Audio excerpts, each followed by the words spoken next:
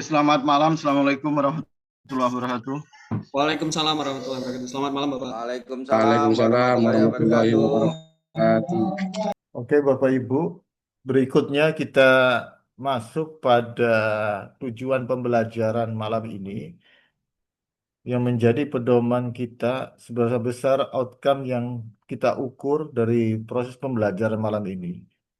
Materi malam ini akan didesain bagaimana kita memahami budaya organisasi itu diciptakan dan yang dipengaruhi bisa jadi faktor eksternal dan tantangan dari internal itu sendiri. Yang kedua, tujuan pembelajaran berikutnya bagaimana kita bisa mengidentifikasi faktor-faktor kunci dalam menciptakan budaya organisasi, seperti peran daripada founding father-nya dan maupun tuntutan daripada industri untuk mereka berubah. Yang ketiga, tidak kalah pentingnya bagaimana kita menjelaskan strategi untuk maintenance budaya organisasi, merawat dari organisasi itu sendiri.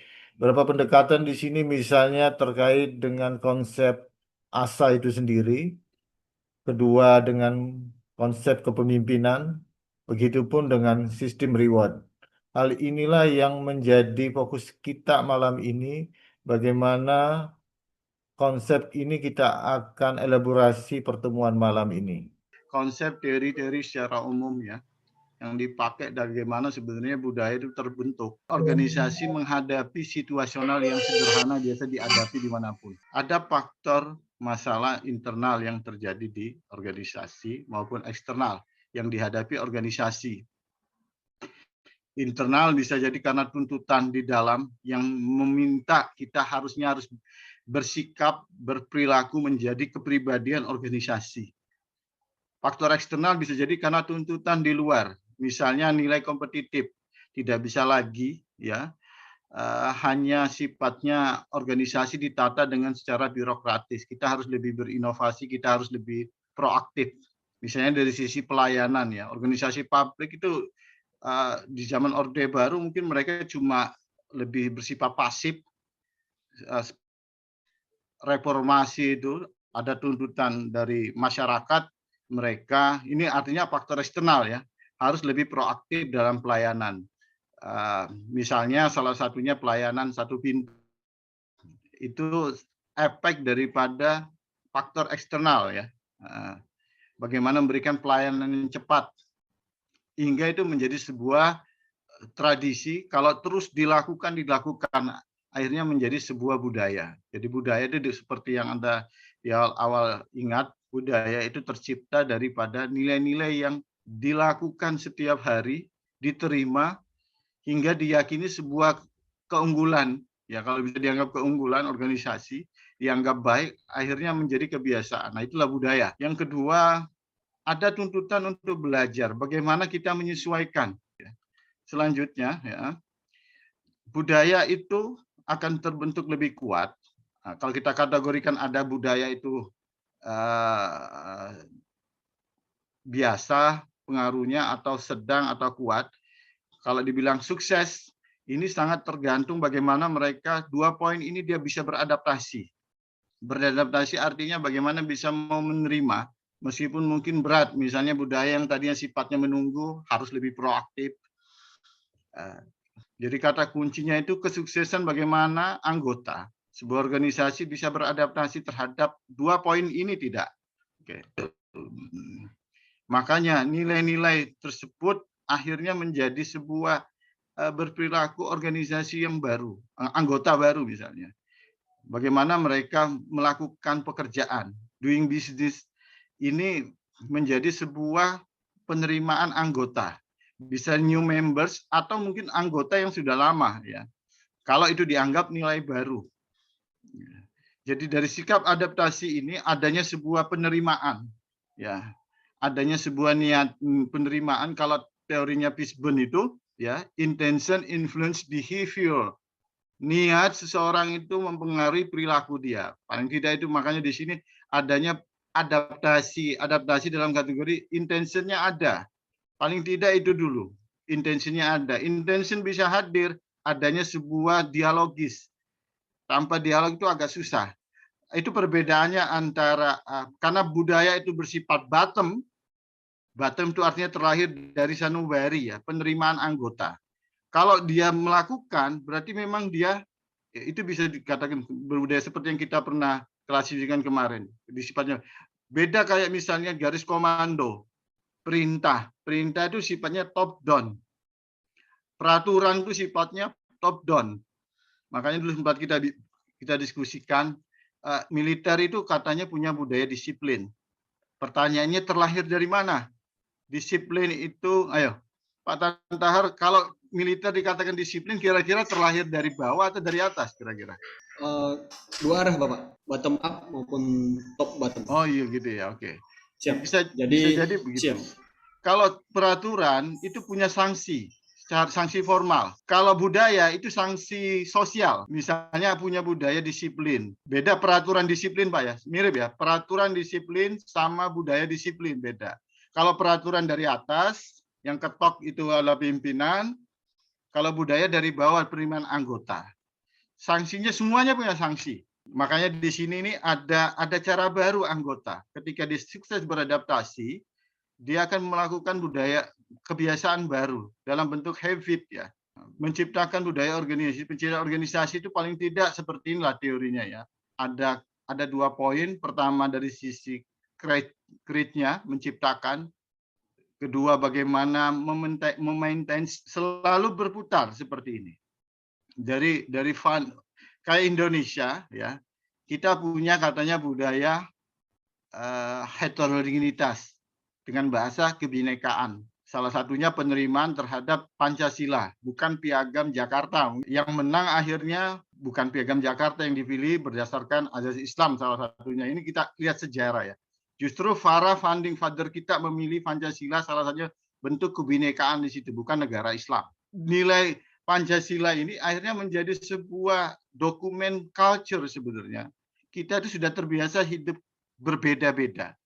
Nah, apakah tetap eksis atau tidak tergantung nanti maintenance-nya. Artinya generasi kita ini. Jadi kalau kita sekarang berdebat bagaimana sebenarnya membangun karakter bangsa ini, artian dan budaya bangsa ini, tergantung bisa eksis atau tidak, tergantung di maintenance-nya nanti. Nah, itu kita bahas. Oke, untuk menyingkat waktu kita masuk di konsep sederhana kita, bagaimana menciptakan ini ya.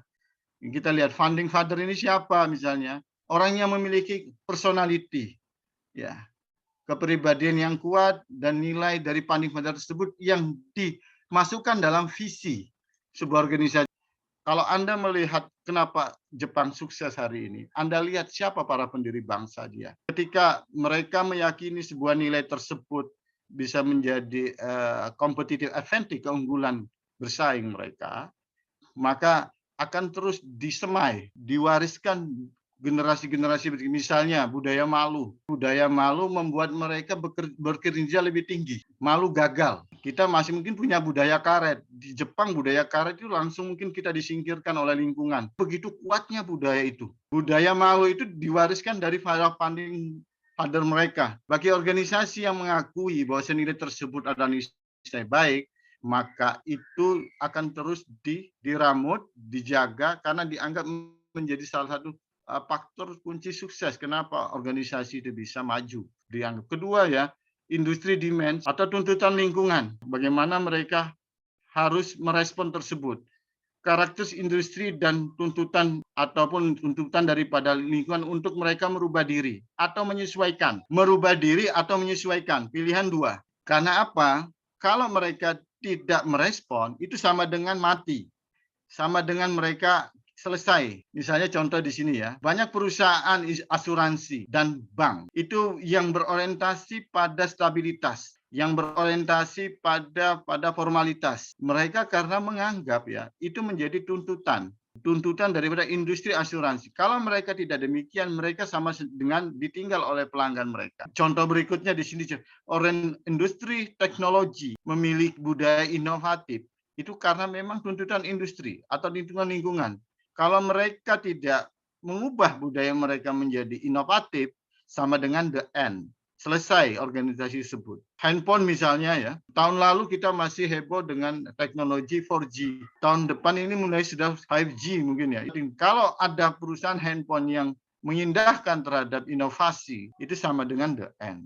Makanya bisa menjadikan budaya inovasi itu mereka menjadi sebuah keharusan untuk mengubah diri. Yang berikutnya adalah bagaimana barang yang sudah diciptakan itu bisa dijaga, diramut, di-maintenance. Ada pemikiran seperti ini yang pertama misalnya. Organisasi itu dianggap sebagai organisme, sebagai makhluk hidup, semangat untuk memproteksi mereka untuk bisa survive. Dan budaya yang kuat itu memiliki external force. Dia memiliki proteksi, kemampuan untuk memproteksi terhadap external force, kekuatan dari luar. Artinya semakin kuat budaya tersebut, maka dia semakin punya kekuatan untuk memproteksi mereka, diri dia, daripada faktor eksternal. Misalnya, budaya mereka yang inovasi. Ada pergantian pimpinan. Kalau budayanya kuat, ya mungkin pimpinan hanya bisa punya kekuatan untuk mengubah keadaan dengan peraturan yang ada. Tapi ketika budayanya begitu kuat, misalnya budaya di sana misalnya adalah komunikatif, ternyata pimpinan baru membawa budaya yang otoriter. Secara otomatis budaya yang kuat ini secara perlahan-perlahan maka kinerja pimpinan tersebut kemungkinan besar tidak efektif. Bahkan jangan-jangan tidak dalam waktu tidak lama dia akan keluar dari jajaran pimpinan tersebut. Makanya di sini budaya itu dianggap bukan barang mati gitu ya. Budaya itu sudah ibaratkan sebagai organisme. Kedua, konsep budaya itu juga menentukan tipe orang yang berintegrasi atau tipe orang yang harus dikeluarkan. Contoh tadi kayak pimpinan, padahal luar biasanya posisi pimpinan. Sekuat itu pun dia bakalan bisa keluar. Sebaliknya juga budaya yang kuat itu adalah salah satu bisa menentukan. Selanjutnya itu bisa di-maintain. Satu, organisasi budaya itu di-maintain melalui proses yang dikenal dengan ASA itu, attraction, selection, iteration. Iteration di sini adalah karyawan yang berinteraksi pada organisasi berusaha menyesuaikan diri. Artinya di sini budaya itu bisa eksis jika ada karyawan yang berusaha berinteraksi secara langsung. Bagaimana bisa menyesuaikan dengan lingkungannya. Misalnya karyawan baru atau mungkin memang disengaja ya, bagaimana anggota baru itu punya inisiatif bisa menyesuaikan dengan keadaan baru. Misalnya kalau di situ sudah punya ada kebiasaan budaya inovatif, dia ternyata lebih sifatnya birokratis, maka budaya itu bisa terjaga kalau dari si anggota SDM tersebut punya inisiatif untuk berinteraksi. Yang kedua, seleksi. Budaya ini dipakai untuk apa? Prevent, melindungi ya, masuknya orang dari luar ke dalam ya. Nah, budaya ini bisa di-maintain ketika budaya punya fungsi untuk memproteksi siapa saja personel yang masuk ke dalam organisasi tersebut. Ketiga, iteration. Ini mengacu pada proses alami sebenarnya. Di sini ya adalah kandidat atau calon atau anggota baru, ketika mereka merasa tidak nyaman, tidak cocok, budaya akan berfungsi secara alami mengantarkan mereka punya inisiatif untuk keluar. Kalau attraction itu bagaimana pengelola organisasi yang bergerak, iteration ini adalah inisiatif anggota untuk meninggalkan karena ketidakcocokan. Yang kedua ya di sini new employee onboarding ini ya sebagai perilaku dan norma organisasi dibentuk adanya sebuah transmisi, adanya sebuah orientasi anggota melalui pengacuan organisasi terhadap yang disilakan dengan proses sosialisasi. Karyawan baru yang memiliki orientasi, salah satu bagian yang bisa memaintain daripada organisasi. Orientasinya bagaimana ya? Mengacu pada melalui proses karyawan tersebut belajar, memiliki pengetahuan skill yang berfungsi untuk mengefektifkan organisasi. Sama seperti yang tadi dibilang attrition itu, attrition yang di awal ya. Cuma di sini ya lebih menekankan pada secara keseluruhan sikap, knowledge, skill dan perilaku mereka. Lebih jauh daripada itu, mereka berusaha berperilaku secara etis, bertindak secara efektif ke dalam organisasi dengan memaksimalkan sikap mereka, pengetahuan mereka, skill dan perilaku mereka. Apa yang karyawan lakukan selama masa orientasi tersebut? Ya seperti kita misalnya kuliah ya, S1 itu. Ada istilahnya ospek ya. Dia melakukan feedback ya, cenderung membuka jaringan baru. Sebenarnya salah satunya masa orientasi ya sama kayak kita S1 itu, upaya membangun hubungan, mungkin bahasa kita itu silaturahmi, jaringan sebenarnya, untuk sukses, untuk mereka bisa bekerja bersama-sama. Jadi masa masa onboarding ini atau masa orientasi ini, dari si anggota baru ada upaya secara protektif untuk feedback, dalam artian bisa membangun jaringan agar mereka bisa berinteraksi sukses di lingkungan tersebut. Kedua, nah sebaliknya ini yang what can organization do during onboarding ini, apa yang bisa dilakukan organisasi di masa orientasi tersebut. Organisasi membuat struktur atau pendekatan sistematis atau struktur, contohnya ya, program-program orientasi yang bersifat doktrin, tujuannya untuk bagaimana ya budaya tersebut bisa dijaga. Itu dalam upaya doktrinisasi nilai-nilai organisasi. Yang kedua ya, ada dengan istilah pendekatan sink or swim ya, menyelam ya, atau berenang ya. Dicontohkan di sini adalah karyawan yang berjuang ya untuk mendapatkan ekspektasi dia, untuk menyesuaikan dengan norma yang ada. Jadi di sini yang kedua ini adalah upaya individu, upaya organisasi yang men-setting ya Anda harus bergerak sendiri untuk bagaimana bisa masuk di dalam lingkungan, diterima ya, di welcome organisasi terhadap diri Anda. Di setting seperti itu. Kalau yang pertama ini tindakan formalitas, tapi yang kedua ini ya memang seperti kayak pembiaran, tapi itu dalam kontrol sebenarnya.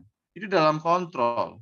Bagaimana dia bisa beradaptasi di situ. Yang ketiga, ini juga faktor penting daripada bagaimana organisasi tersebut bisa di-maintain ya. Dan yang poin ketiga, mungkin saya lebih cenderung ya. Poin ketiga ini luar biasa, mungkin bisa dikata bisa 50-50 lah dengan budaya yang kuat. Kalau semakin tinggi budayanya, nilai leadership-nya rendah, maka secara otomatis dia akan terjungkal. Begitupun strong leadership ya, kepemimpinan yang kuat ya dalam hal ini, bisa jadi budaya yang lemah akan berusaha menyesuaikan. Makanya penting pemilihan pimpinan itu adalah menyesuaikan dengan budaya biar nilai efektivitasnya tinggi. Maka di sini dikatakan sebuah instrumental penting ya, sebuah alat penting menciptakan dan mengubah budaya organisasi. Karena memang pemimpin ini yang meremot ya, mau dibawa kemana organisasi ini. Pemimpin memotivasi dengan memberi reward dalam contoh di sini. Bagi misalnya yang punya kinerja tinggi.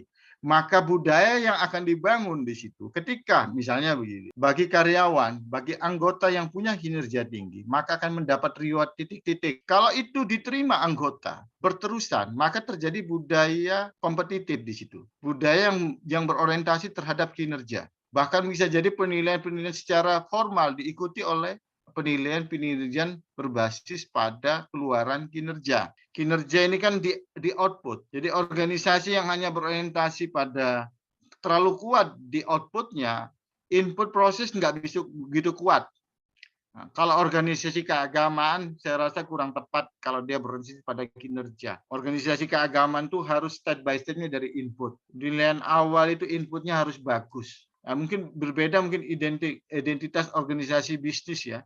Organisasi-organisasi publik masih terjadi perdebatan. Nah, ini juga peran penting daripada kepemimpinan itu adalah dia menjadi role model bagi organisasi ya, terutama yang kita lihat ya, organisasi negara-negara yang maju sama non maju atau negara berkembang ya. Peran kepemimpinan itu luar biasa.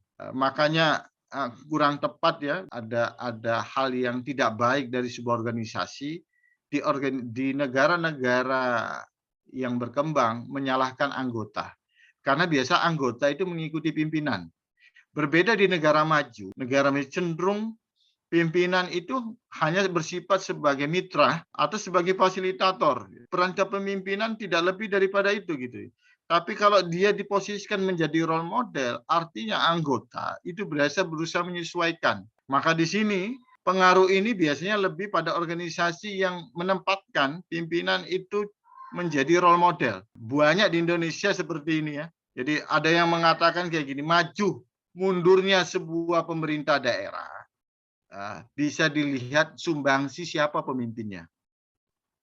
Ini yang ketiga, sistem reward-nya. Ya. Ada yang mengatakan seperti ini ya, untuk mengubah sesuatu ya, untuk bisa bagaimana memaintain sebuah keadaan, tidak murni hanya sebatas suka, tapi dia butuh distimulus. Maka antara pembangunan jiwa dan fisik ini sebaiknya memang kalau bisa berjalan tidak timpang yang terlalu jauh. Ya mungkin lebih baik mungkin berjalan seirama ya. Apakah organisasi tersebut berorientasi pada perilaku atau sistem reward? Hasil maksudnya di sini. Anda lihat dulu misalnya, kalau organisasi berorientasi pada aspek perilaku, maka sistem reward tidak terlalu begitu pengaruh. Tapi kalau organisasi berorientasi pada result, hasil, maka sistem reward itu adalah salah satu alat yang sangat efektif. Yang kedua, ketika terlalu kuat nilai resultnya hasil di sini, beraspek pada perilaku, maka di sini ya kita lihat dulu misalnya sistem reward-nya perilaku itu ada reward-nya apa tidak, ada punishment-nya tidak, atau dicuekin aja. Ya. Kalau umpamanya dicuekin seperti apa dalam organisasi tersebut, maka sistem reward ini tidak begitu berfungsi. Tapi kalau itu dianggap sesuatu hal yang sangat diperhatikan, maka sistem reward ini penting untuk dikuatkan juga. Sebuah sistem reward di sini dikatakan adalah salah satu alat manajer untuk sebenarnya dalam fungsi kontrol. Nah ini tadi ya, sebagai fungsi controlling mereka untuk mengendalikan nilai-nilai yang ada di lingkungan organisasi tersebut. Maka sistem reward salah satu alat yang cukup efektif pada konteks organisasi yang cukup care terhadap masalah reward tersebut. Saya rasa itu Pak materi dari singkat lanjutan dari SAP yang sudah ada. Kalau ada yang mau direspon, mau dikomunikasikan, silakan. Izin tanya Pak Arpa. Silakan Pak, silakan Pak. Kaitan dengan mempertahankan atau memelihara budaya organisasi, bagaimana cara kita untuk mengukur impact budaya organisasi itu terhadap kinerja karyawan? Jadi gini Pak ya, alat pengukuran terhadap dampak dari budaya tersebut itu memang ada mata kuliah tersendiri untuk itu, materi tersendiri banyak. Paling tidak begini Pak ya, kalau mau mengukur apa ada dampak atau tidak, biasanya saya kasih contoh. Ya, misalnya banyak penelitian menunjukkan budaya yang unggul akan meningkatkan kinerja. Ketika kita berbicara kinerja, teorinya itu ada dua Pak. Ya, Anda hati-hati ya, yang besok ada penelitian X-nya, Y-nya itu adalah kinerja. Kalau Anda ada dua, kalau bicara non keuangan, memang sudah berapa penelitian Anda silakan dicek dampak atau pengaruh budaya terhadap kinerja itu terhadap keuangan. Contoh tadi yang saya sampaikan bukan hanya organisasi yang kecil, tapi itu negara Jepang ya. Jadi budaya yang kuat mempengaruhi terhadap perkembangan ekonomi mereka. Itu secara finansial. Secara non finansial, kalau kinerja diukur kinerja non finansial ya, artinya misalnya budaya berdampak enggak non finansial terhadap kinerja non, misalnya adalah rajin. Kalau non finansial kerajinan, kepedulian. Ya. Bagaimana dia tepat waktu. Bagaimana dia memberikan kontribusi pemikiran dia, bagaimana dia berkontribusi terhadap organisasi. Tergantung teorinya nanti Pak ya, karena banyak teori non kinerja, teori kinerja non finansial itu banyak sekali ya, tergantung teori. Misalnya itu saya kasih contoh Pak. Jadi secara saintifik ilmiah, penelitian yang menunjukkan pengaruh dampak budaya terhadap kinerja itu banyak sekali. Baik begitupun yang menolak ataupun tidak, atau itu menjadi variabel intervening aja, misalnya faktor interveningnya itu sebagai mediasinya ya. Mediasinya itu adalah misalnya iklim, reward, dan lain-lain. Kalau Anda bisa penelitian begini misalnya, siapa tahu ada yang menggunakan kuantitatif besok. Bisa jadi sistem reward ini adalah variabel intervening antara budaya ya dengan kinerja. Jadi kalau kita masih ingatnya dia Pak ya. Jadi budayanya kinerjanya bisa meningkat kalau sistem rewardnya tinggi. Atau kepemimpinan tadi itu variabel intervening atau mediasi. Yang memediasi budayanya kinerjanya bisa meningkat. Artinya pengaruh budaya organisasi terhadap kinerja semakin kuat kalau dimediasi oleh bagusnya sistem reward atau bagusnya gaya kepemimpinan. Jadi secara ilmiah pertanyaan Bapak itu sudah banyak sekali terjawab Pak. Jadi dampak daripada budaya itu terhadap kinerja yang menunjukkan memang luar biasa pengaruhnya.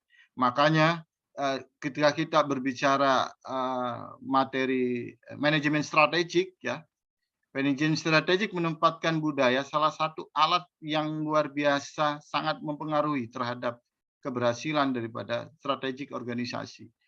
Maka output daripada materi manajemen strategik keluarannya itu, keunggulan kompetitif, itu dipengaruhi salah satu aspek yang mempengaruhi luar biasa itu adalah budaya organisasi atau kekuatan yang non finansial. Bisa jadi juga begitu. Gitu Pak, gimana Pak? Siap, terima kasih Pak. Berarti kita harus melihat entitas perusahaan dari indikator keuangannya dulu Pak ya, profit, laba atau investasi. Ya, itu dari situ kita lihat kinerja finansial Pak. Kinerja finansial. Artinya ketika dia pakai budaya tersebut, kinerja keuangan semakin bagus kan berarti budayanya unggul. Baik. Ya, Pak. Begitupun sebaliknya kan. Baik Pak, terima kasih. Kaitan dengan itu Pak, mungkin satu lagi. Ya. Apakah dari kinerja karyawan ini, kemudian leadership, kepemimpinannya para direktur atau pimpinan kita, mana faktor yang paling mendahului sehingga bisa merubah budaya organisasi ini? Oke. Ada 5 yang harus. Oke. Di sini kalau kita melihat ya, penelitian tentang analisis faktor. Yang Bapak bahas itu analisis faktor kali Pak ya. Jadi kalau Bapak siapa tahu besok mau riset ini Pak ya. Kalau pertanyaannya masalahnya itu menggunakan analisis faktor nanti Pak. Ya, Anda ranking. Kalau teorinya banyak Pak yang mempengaruhi kinerja itu banyak faktor kepemimpinan, ya faktor tadi sistem reward, ya faktor budaya. Itu mana yang lebih tinggi? Karena organisasi itu berbeda-beda. Meskipun teori konsep kuantitatif itu kan berusaha dengan cukup percaya diri mengatakan mengeneralisir. Tapi harus dipahami ya, objeknya kalau semakin mirip, kemungkinan hasilnya ada kemiripan. Penelitian di Amerika dipakai di Indonesia bisa jadi berbeda. Misalnya begini, saya kasih contoh Pak. Analisis faktor yang paling dominan mempengaruhi terhadap kinerja, misalnya di mana ya? Di organisasi TNI Angkatan Darat Amerika misalnya. Kalau di ranking paling tinggi, analisis faktor yang paling tinggi misalnya faktor kepemimpinan. Kedua, sistem reward. Ketiga, iklim organisasi. Penelitian tersebut di ranking paling tinggi tadi faktor kepemimpinan. Diteliti dengan alat yang sama di tentara Indonesia, ternyata bukan kepemimpinan yang nomor 1. Analisis faktor menunjukkan ternyata paling tinggi itu sistem rewardnya. Jadi semakin tinggi sistem rewardnya, maka semakin tinggi tingkat kinerjanya, positif. Sangat tergantung saya pikir pengaruh objek. Objeknya di mana dulu. Monggo kalau ada yang lain, kalau ada yang berbeda. Saya ucapkan terima kasih atas perhatiannya. Kurang lebih mohon maaf. Selamat malam. Assalamualaikum warahmatullahi wabarakatuh. Waalaikumsalam warahmatullahi wabarakatuh. Terima kasih Dr. Arpa. Sama-sama Pak.